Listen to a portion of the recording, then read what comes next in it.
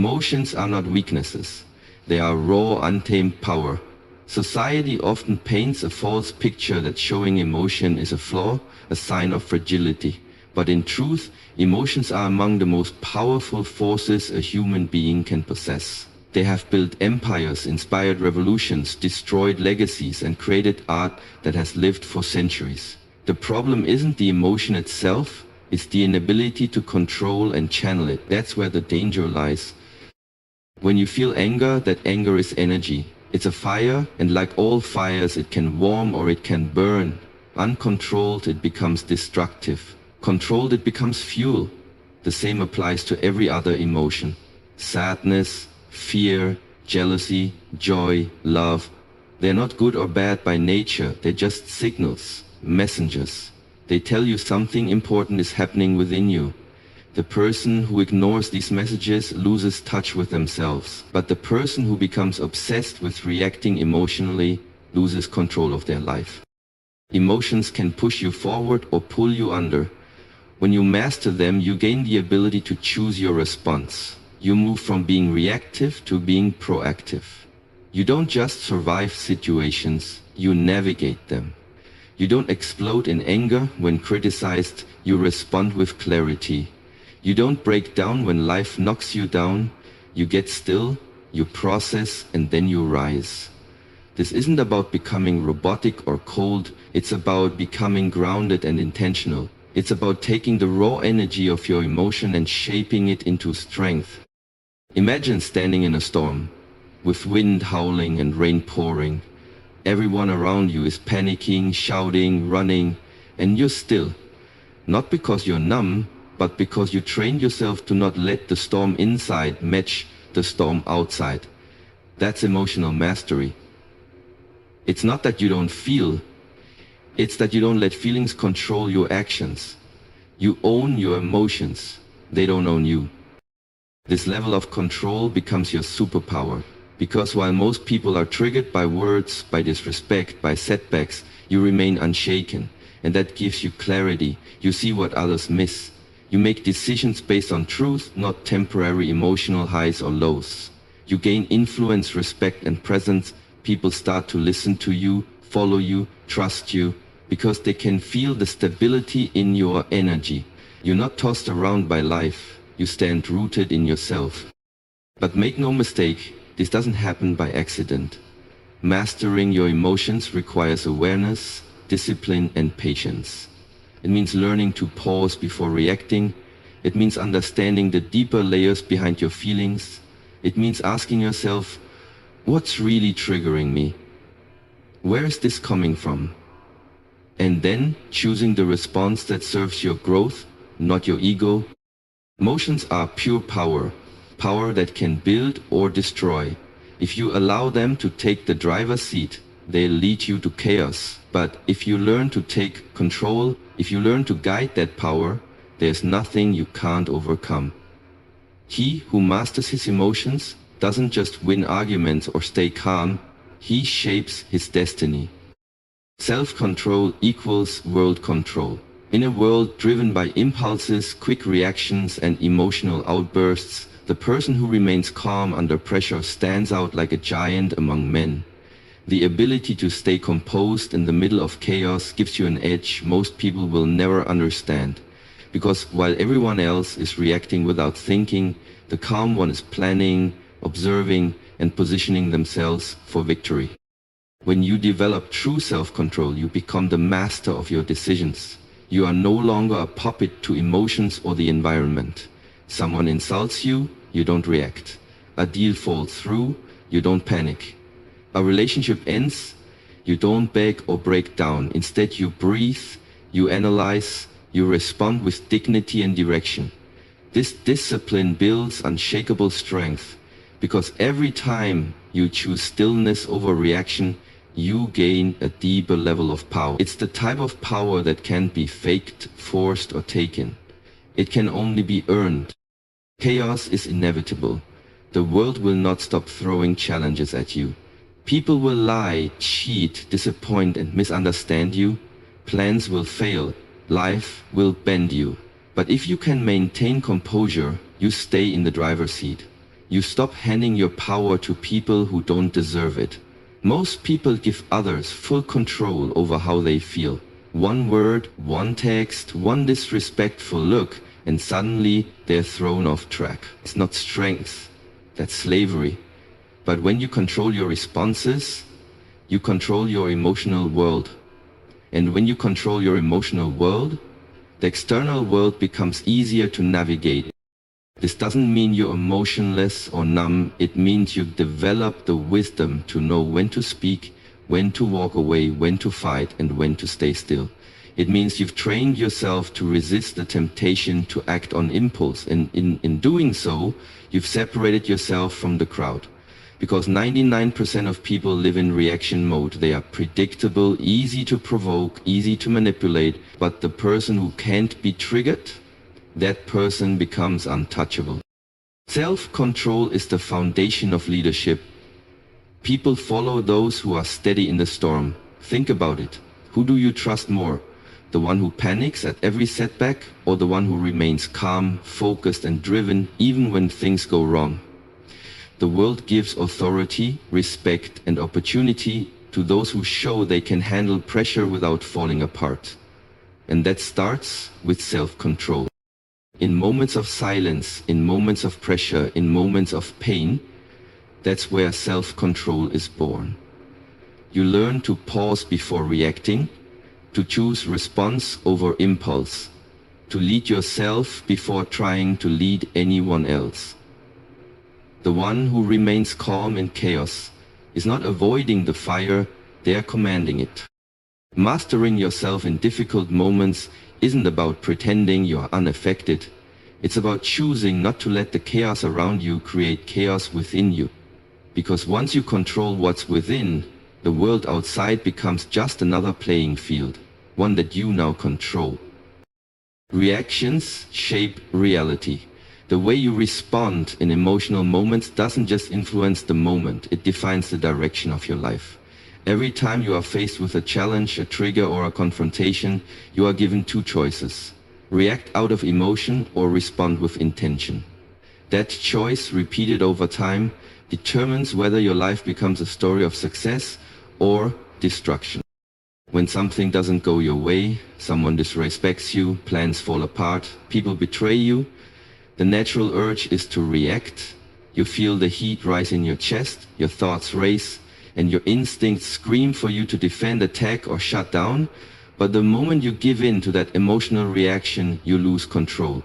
You allow that one situation to dictate your energy, your mood, and often your future action. A single reaction can damage a relationship, ruin an opportunity, or lead you into a spiral of regret. That's how easily reality gets shaped by a few seconds of emotional blindness. But on the other hand, when you learn to take a breath, step back, and choose your response instead of reacting blindly, you shift the entire outcome. You create space between the event and your decision. That space is power. It's where growth happens, it's where character is built. The person who controls that space controls the outcome. You don't change the past, but you shape what happens next. Think about the people who rise in life. They aren't the ones who never face adversity. They're the ones who manage adversity with wisdom. They face the same setbacks, insults, and betrayals as everyone else, but their responses are calculated, calm, and rooted in purpose. They don't explode when things go wrong, they adapt. They don't take things personally, they stay focused on the bigger picture. That kind of emotional discipline carves out a path to leadership, respect, and long-term success. Meanwhile, those who keep reacting emotionally stay trapped in cycles they don't even recognize. They sabotage their own peace and progress without realizing it. They become victims of their own reactions, saying things they don't mean, making choices that lead to more damage, living in a state of constant regret and defense. Every fight, every regretful word, every missed opportunity is often born from a poor emotional reaction. Your future depends not on what happens to you, but on how you respond to what happens. That's the difference between success and destruction, between peace and chaos, between evolution and stagnation. The real battleground isn't out there, it's within you. Training yourself to pause, to think, to respond instead of react is one of the most powerful skills you can ever develop. It gives you control over your emotions, your relationships, your mindset, and ultimately your destiny. Because every reaction you choose is a brick you lay in the foundation of your reality. Choose wisely and you build a life of power and purpose. Choose recklessly and you destroy what could have been yours. Reactions don't just reflect who you are, they create who you become. Emotionally intelligent individuals are the foundation of true leadership. They don't lead by force, fear, or control. They lead through presence, composure, and clarity. What sets them apart is not how loud they speak, how much they demand, or how high they climb, but how calm they remain in the heat of pressure, how courageously they see through the noise, and how courageously they make decisions when everything is at stake. Emotional intelligence is the silent force that holds leadership together. Without it, power becomes fragile. With it, leadership becomes unshakable.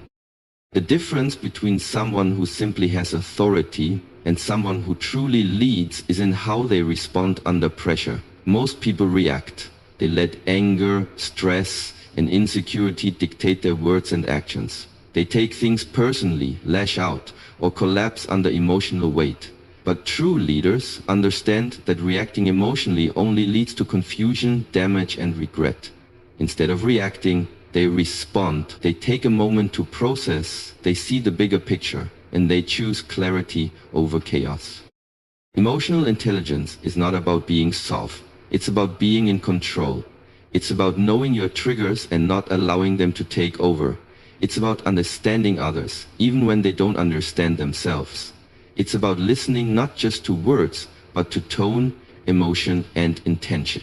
The emotionally intelligent leader doesn't get pulled into petty arguments, emotional games, or manipulations. They see through them. They stay focused on what matters, and that focus gives them power. People follow calm energy. In a crisis, everyone looks for the one who's composed, the one who doesn't panic, doesn't blame, doesn't fold, the one who remains steady when the ground shakes. That presence is built through emotional intelligence. It comes from self-awareness, from knowing what you feel and why, and having the discipline to manage it rather than be controlled by it. It also comes from empathy, the ability to read others, understand what they need, and speak to that with respect and strength. Leadership without emotional intelligence turns toxic. It creates fear, resentment, and confusion. But when a leader leads with emotional balance, people feel safe. They feel heard. They trust the direction. They're willing to follow not because they're forced to, but because they believe in the vision and the character behind it. Courage is another part of emotional intelligence. It's not about pretending to be fearless. It's about feeling the fear and making the right choice anyway. It's about handling criticism without breaking down, about making hard decisions that might not be popular but are necessary. It's about standing alone when you need to and lifting others when they fall. Emotional intelligence doesn't just make you a better person, it makes you a stronger, more stable, and more respected leader. Because the world is full of noise, emotion, and confusion, and in that storm people follow the one who is clear, calm, and courageous. The emotionally intelligent are unshakable, not because they're emotionless, but because they've learned how to lead through it. Peace over panic is not just a mindset, it's a weapon. In a world that thrives on urgency, noise, and chaos, the person who can remain calm in the middle of the storm becomes a force no one can ignore. Panic makes people weak. It clouds judgment, fuels bad decisions, and creates unnecessary fear. But peace, true internal peace, is the anchor that keeps a person grounded when everything else is spinning out of control. Cries of despair anchor you. Upon the summit, the dawning hour, the man who walks through fire without flinching doesn't do so because the fire isn't real, but because he's trained himself to control what matters most, his inner world. When adversity hits, panic is the default response for most. It's easy to fall apart when plans break, when people disappoint you, or when life hits hard. But falling apart solves nothing. In fact, it often makes the problem worse. The calm individual, on the other hand, becomes a master of the situation. While others are reacting emotionally, making impulsive choices, or surrendering to fear, the calm one assesses the scene, finds clarity, and chooses the best course of action. That level of composure is rare and powerful. Peace is a sign of internal strength. It means that no matter what's happening around you, you refuse to let it control what's happening inside you. It's the ability to hear the noise, feel the pressure, see the danger, and still move forward with focused, deliberate action. The man who does this consistently becomes unstoppable, because nothing outside of him can dictate his next move. His response is driven by wisdom, not fear. But achieving this peace doesn't happen by chance. It requires discipline, self-awareness, and mental training. You must teach yourself to pause in the middle of pressure. You must build the ability to breathe when your instincts scream, to think when your emotions surge, and to trust your inner strength when everything outside is falling apart. That's how you walk through fire without flinching, not by ignoring fear, but by refusing to feed it. When you choose peace over panic, you gain clarity, and with clarity you make better decisions. You protect your relationships, your goals, your energy. You become the one others look to in times of crisis, not because you have all the answers, but because you're not lost in the chaos. That kind of presence is rare, and it builds influence. People follow the calm voice in the storm. They trust the one who stays steady when everyone else breaks. The man who walks through fire without flinching becomes unstoppable, not because he's invincible, but because he's unshaken. And to be unshaken is to be powerful beyond measure. Because once you master peace, the world loses its power to break you. Problems come and go, people come and go, situations rise and fall, but when your peace stays intact, your strength remains. It's not the man who avoids the fire who becomes great. It's the one who walks through it with peace in his heart, purpose in his mind, and power in his step. Conquer yourself first. That's the foundation of everything. Before you can lead others, build an empire, create meaningful relationships, or leave a legacy, you must first win the battle within. The greatest war is not fought on the battlefield or in the boardroom. It's fought in your own mind, in the silence of your thoughts, in the chaos of your emotions, and in the choices you make when no one is watching. If you cannot master your impulses, fears, doubts, and weaknesses, everything you build will eventually crumble. It's easy to point fingers at the world, to blame circumstances, people, or luck. But the hard truth is this: your biggest enemy lives inside you. It's the part of you that procrastinates, overreacts, gives up, chases comfort, and fears failure. Until you face that version of yourself, conquer it, and transform it, you will always be limited, no matter how much you achieve externally. Conquering yourself doesn't mean becoming perfect. It means becoming responsible. It means having the discipline to do what needs to be done, even when you don't feel like it. It means recognizing your emotional patterns and choosing not to be ruled by them. It means silencing the negative self-talk and replacing it with clarity, focus, and belief. This isn't something that happens overnight. It's a daily battle between who you are and who you want to become. Every day you delay that inner work, you delay your growth. You may make money, gain followers, or collect trophies, but if you're not in control of yourself, none of it lasts. Why? Because your foundation is weak. It only takes one emotional breakdown, one poor decision, one moment of weakness to lose what you spent years building. But when you've conquered yourself, when you've built resilience, emotional strength, discipline, and wisdom, nothing outside can shake you. Business, relationships, and society all demand leadership, but the first person you must lead is you. If you can't manage your time, how will you manage a team? If you can't control your anger, how will you nurture a relationship? If you can't stay committed to your goals, how will you build anything meaningful? Self-mastery is the source of every other form of mastery. And it's not just about control, it's about understanding.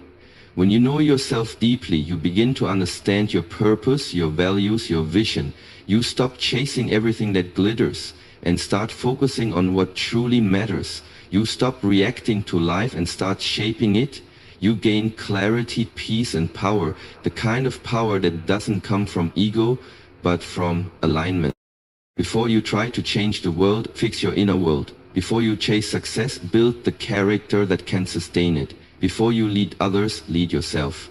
The man who has conquered himself walks differently, speaks differently, commands respect without demanding it, because his power is real and it's rooted within. Everything begins and ends within you. The world will throw storms, challenges, and distractions your way. But the man who has mastered his emotions, mastered his reactions, and conquered himself is the one who cannot be broken. He walks with quiet strength, makes decisions with clarity, and leads not through noise but through presence.